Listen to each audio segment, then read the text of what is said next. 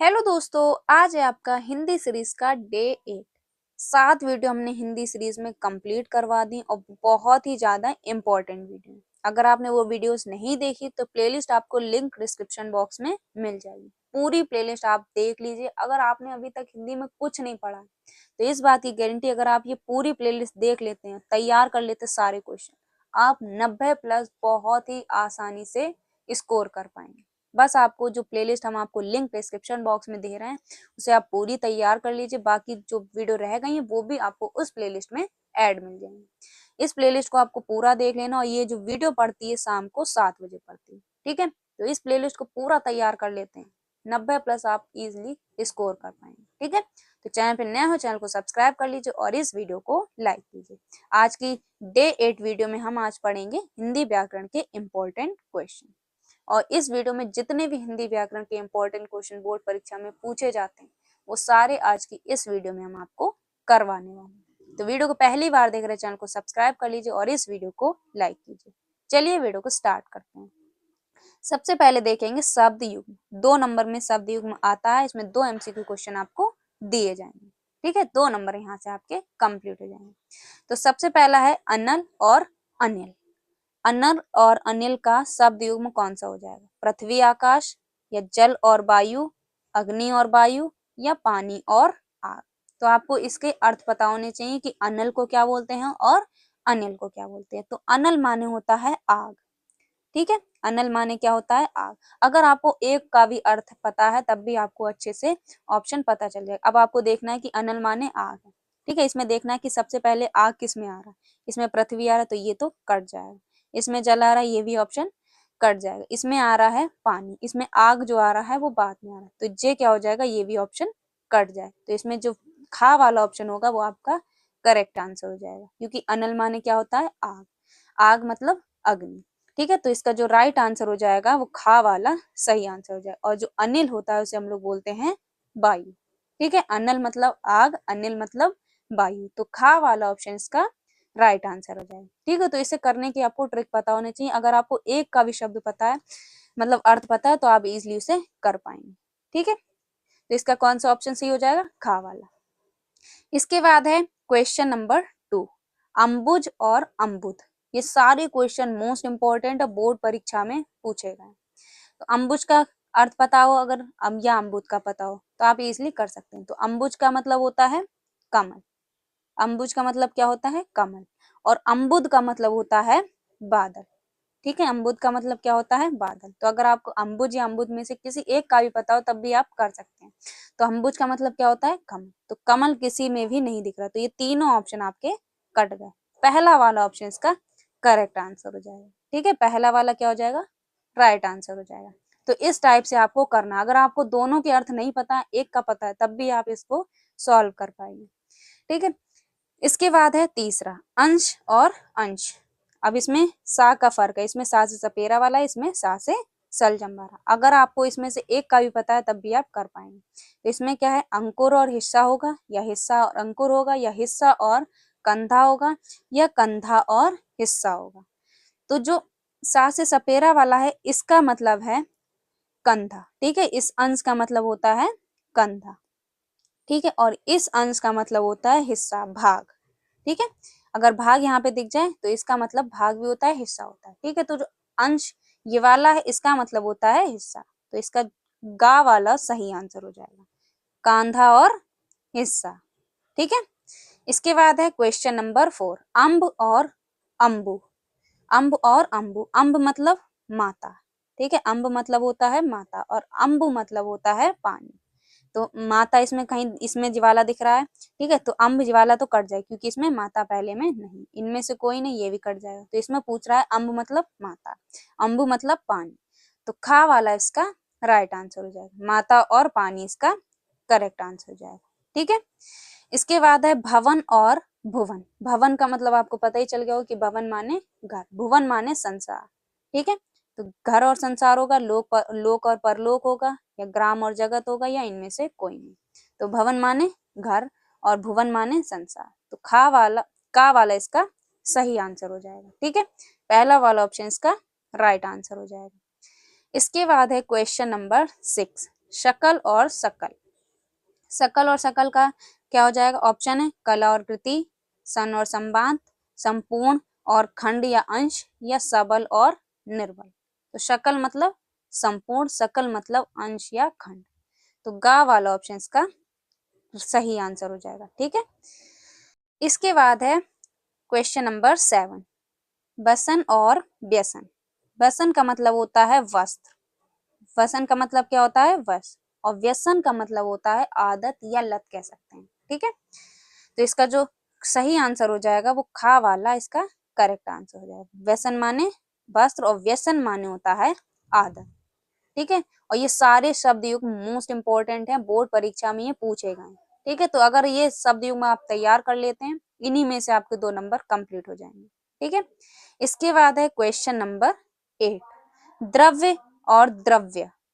इसका क्या हो जाएगा? धन और धान्य, दवा और दया, दान और देने योग्य, या तरल पदार्थ और धन। तो द्रव्य, द्रव्य मतलब होता है जो ये वाला द्रव्य, इसका मतलब होता है तरल पदार्थ। ठीक है, और इस द्रव्य का मतलब होता है धन। ठीक है, इसका मतलब होता है तरल पदार्थ और इसका मतलब होता है धन। तो खा वाला इसका सही आंसर हो जाएगा, तरल पदार्थ और धन। ठीक है, इसके बाद है क्वेश्चन नंबर 9, अंश और अंशु। अब फिर से अंश आ गया। अभी हमने आपको बताया था कि इस अंश का मतलब क्या होता है? हिस्सा। ठीक है, इसका मतलब क्या होता है? हिस्सा या भाग। और अंशु, अंशु मतलब किरण। तो इसका गा वाला सही आंसर हो जाएगा, भाग और किरण। ठीक है, इसका सही ऑप्शन क्या हो जाएगा? भाग और किरण। ठीक, गा वाला ऑप्शन इसका सही आंसर हो जाएगा। इसके बाद है तरंग और तुरंग। तरंग मतलब क्या होता है? हाथी होता है, घोड़ा होता है, या तेज आवाज होता है। तुरंग का मतलब तो होता है घोड़ा। ठीक है, तुरंग का मतलब क्या होता है? घोड़ा। तो जिसमें भी सेकंड वाले ऑप्शन में घोड़ा नहीं है तो वो कट जाएगा। ठीक है, तो 2 ऑप्शन ये कट गया।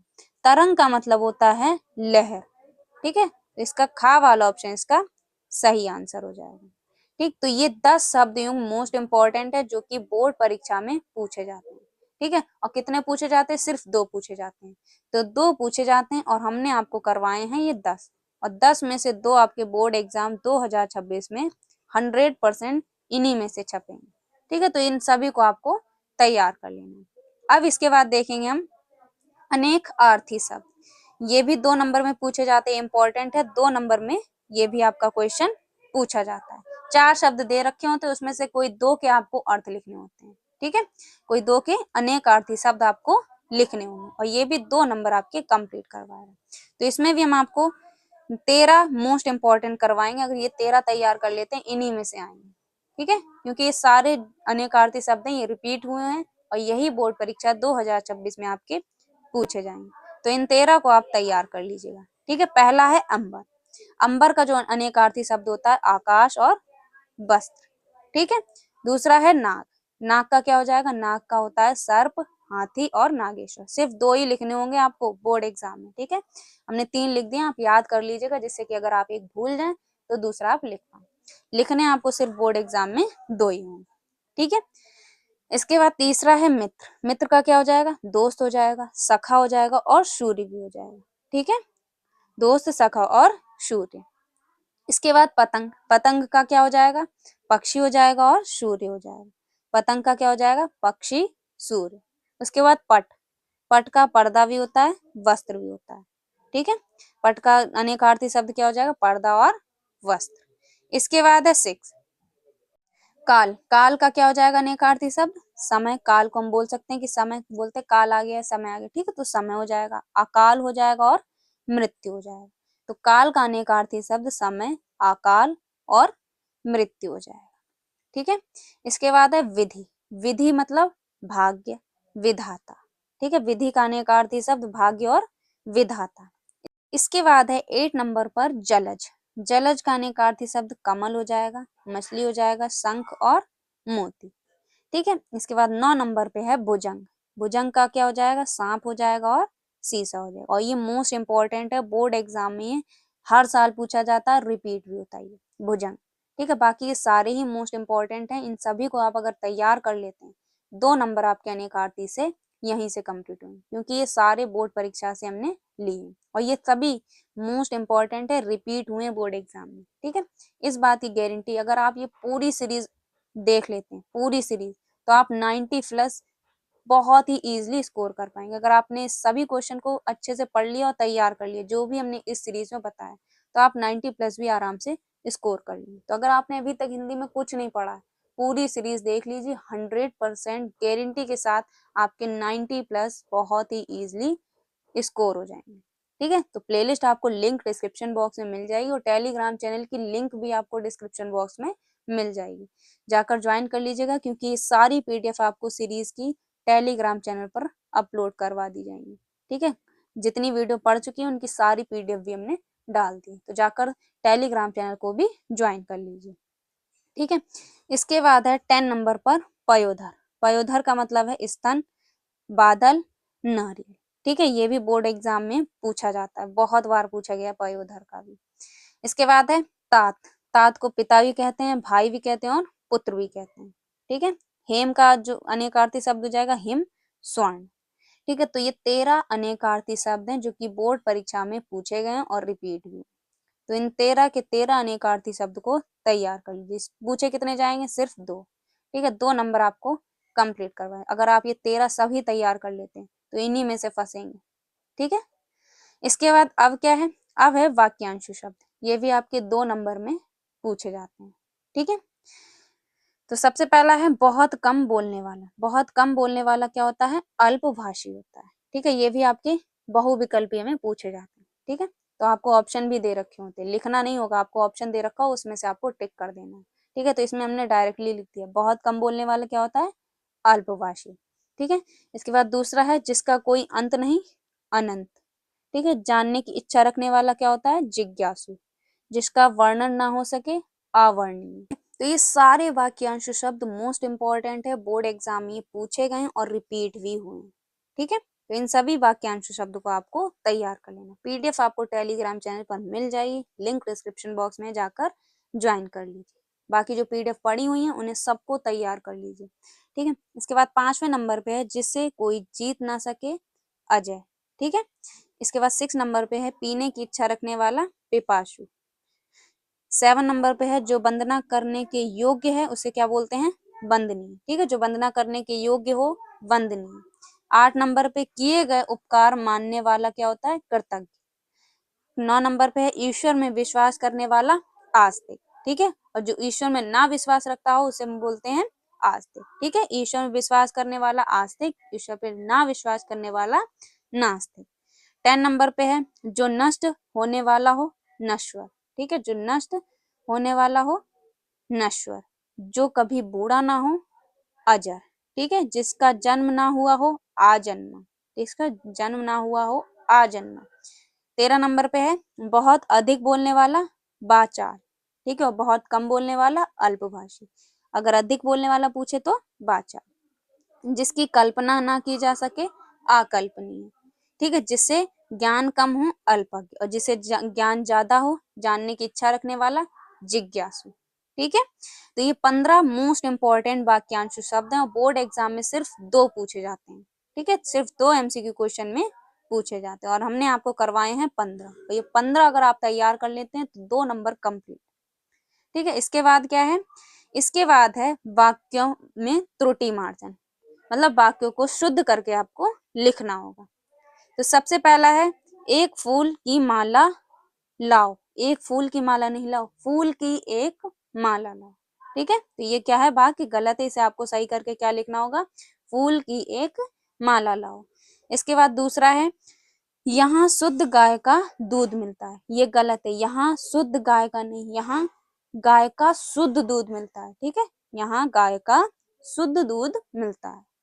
इसके बाद तीसरा है रोगी का प्राण निकल गया। रोगी का प्राण निकल गया नहीं, रोगी के प्राण निकल गए।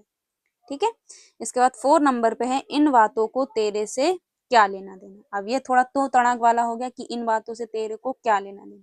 तो ये वाक्य क्या है? अशुद्ध। कैसे लिखेंगे शुद्ध में? इन बातों से तुम्हें क्या लेना देना। ठीक है, तेरे को कोई वर्ड नहीं होता, ये तो तू तड़ाक वाला हो गया, अजीब टाइप का वर्ड हो गया। ठीक है, इसके बाद है 5वें नंबर पे मंच पर अनेकों नेता उपस्थित हैं। अनेकों कोई वर्ड ही नहीं, अनेक होता है, अनेक में ही अधिक हो जाता है, मतलब बहुत नेता उपस्थित है। ठीक है, तो अनेकों कोई वर्ड नहीं है, तो यहाँ पर क्या लिखेंगे, मंच पर अनेक नेता उपस्थित होंगे। ठीक है, इसके बाद 6 नंबर पे है अध्यापक कक्षा में पढ़ा रहे हैं। ठीक है, अब अध्यापक कक्षा में पढ़ा रहा है, इसमें लिखा है, होता क्या है शुद्ध वाक्य, अध्यापक कक्षा में पढ़ा रहे, इज्जत से बोलो, क्योंकि यहाँ पे लिखा है पढ़ा रहा है, पढ़ा रहा नहीं है, पढ़ा रहे हैं। ठीक है, इसके बाद 7 नंबर पे है आपकी पुत्री सीमा बहुत बुद्धिमान। आपकी पुत्री सीमा बहुत बुद्धिमान नहीं, बुद्धिमती होगा। ठीक है, यहाँ पर क्या होगा, बुद्धिमती है। इसके बाद है क्वेश्चन नंबर 8, मैं प्रातः काल के समय पढ़ता हूँ। अब इसमें प्रातः काल भी दे रखा है और समय भी दे रखा है। ठीक है, समय तो बता ही रहा कि सुबह के समय, तो ये समय का यूज किया, तो ये वाक्य क्या है, अशुद्ध है। इसमें लिखना होगा आपको कि मैं प्रातः काल पढ़ता हूँ। ठीक है, क्या लिखना है, मैं प्रातः काल पढ़ता हूँ। तो वाक्य शुद्ध करना तो आपको आना चाहिए, फिर भी हमने 8 आपको बता दिए कि किस टाइप से आपको वाक्य शुद्ध करके लिखना होगा। ठीक है, तो वाक्य शुद्ध तो आप कर लेंगे, आपको कोई 2 करने होंगे, 2 नंबर मिल जाएंगे आपको। ठीक है, 4 दे रखे होंगे, उनमें से कोई 2 वाक्यों को शुद्ध करके आपको लिखना होगा। ठीक है, कैसे लिखना होगा हमने आपको बता दिया। ठीक है, तो 4 क्वेश्चन हमने करवा दिए, 8 नंबर आपके कंप्लीट होगा। इसके बाद है अगला क्वेश्चन, मुहावरे और लोकोक्ति।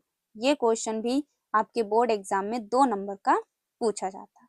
ठीक है, तो चलिए इसे भी पढ़ते हैं। सबसे पहला है हाथ पीले करना, ये क्या है, मुहावरे चल रहे हैं। हाथ पीले करना मतलब इसका अर्थ जो हो जाएगा विवाह करना, और इसका वाक्य प्रयोग भी आपको करना है। ठीक है, आपसे पूछा जाएगा बोर्ड एग्जाम में कि मुहावरे का अर्थ लिखकर उसका वाक्य प्रयोग कीजिए।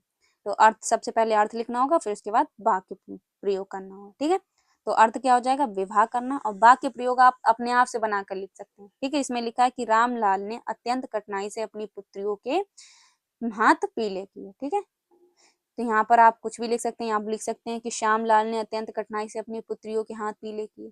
ठीक है, तो वाक्य प्रयोग आप अपनी भाषा में कर। इसके बाद दूसरा है अपना उल्लू सीधा करना, और ये सारे मुहावरे इंपॉर्टेंट हैं। ठीक है, तो अपना उल्लू सीधा करना मतलब स्वार्थ सिद्ध करना, और वाक्य प्रयोग क्या हो जाएगा कि आजकल के नेता वोट के लिए खुशामद कर अपना उल्लू सीधा कर रहे हैं। ठीक है, करके अपना उल्लू सीधा करना। इसके बाद है चौथा, ईद का चांद होना मतलब अधिक दिन में दिखाई देना। वाक्य प्रयोग क्या हो जाएगा, बहन लक्ष्मी जब से तुम डॉक्टर बनी हो ईद का चांद हो गई है। कुछ भी लिख सकते हैं कि भाई लक्ष्मण जब से तुम डॉक्टर बने हो तुम तो ईद का चांद हो गए। ठीक है, इस टाइप से आपको वाक्य प्रयोग अपनी भाषा में करना होगा, जरूरी नहीं जेई रटना नहीं है, बस खाली अर्थ आपको याद कर लेना है और वाक्य प्रयोग कर देना है। इसके बाद 5वें नंबर पे है 9 2 11। 9 2 11 मतलब भाग जाना। वाक्य प्रयोग किया जाएगा, चोर पुलिस को देखते ही 9 2 11 हो जाते हैं। इसके बाद 6 नंबर पे अपने मुंह मियाँ मिट्ठू बनना, तो इसका मतलब है अपनी प्रशंसा करना। आजकल के नेता अपने मुंह मियाँ मिट्ठू बनने में गर्व का अनुभव करते हैं। ठीक है, इसके बाद है 7 नंबर पे आग बबूला होना। आग बबूला होना मतलब अत्यधिक क्रोधित होना। इसका वाक्य प्रयोग किया जाए, कार्य में लापरवाही बरतने का मिथ्या दोषारोपण किए जाने के कारण विकास ने अपने अधिकारी पर आग बबूला हुआ। ठीक है, तो कुछ भी वाक्य प्रयोग आप लिख सकते हैं। इसके बाद 3 है आपके लोकोक्तियां। ठीक है, ये 7 जो थे 7 आपके मुहावरे थे। ठीक है, अब ये 3 आपकी लोकोक्तियां। ठीक है, बाकी अपने मॉडल पेपर में से आप तैयार कर सकते हैं। इसमें आप देखेंगे जो भी इंपॉर्टेंट सन आगे पढ़ी होंगी, जो भी जिसमें ज्यादा सन पढ़ी हो वो आप तैयार कर लीजिए। बाकी ये सारे इंपॉर्टेंट बोर्ड परीक्षा में सभी पूछे गए। ठीक है, आम के आम गुठलियों के दाम ये भी पूछा जाता है, तो आम के आम गुठलियों के दाम क्या हो जाएगा, दोहरा लाभ प्राप्त करना, और इन तीनों के वाक्य प्रयोग आपको खुद से लिखने होंगे। ठीक है, इसके बाद है एक पंथ दो काज। एक पंथ दो काज मतलब एक प्रयत्न से दोहरा लाभ। अब इसका वाक्य प्रयोग क्या होगा, आप खुद ही बनाकर लिख पाएंगे। ठीक है, जैसी करनी वैसी भरनी, बुरे काम का बुरा नतीजा।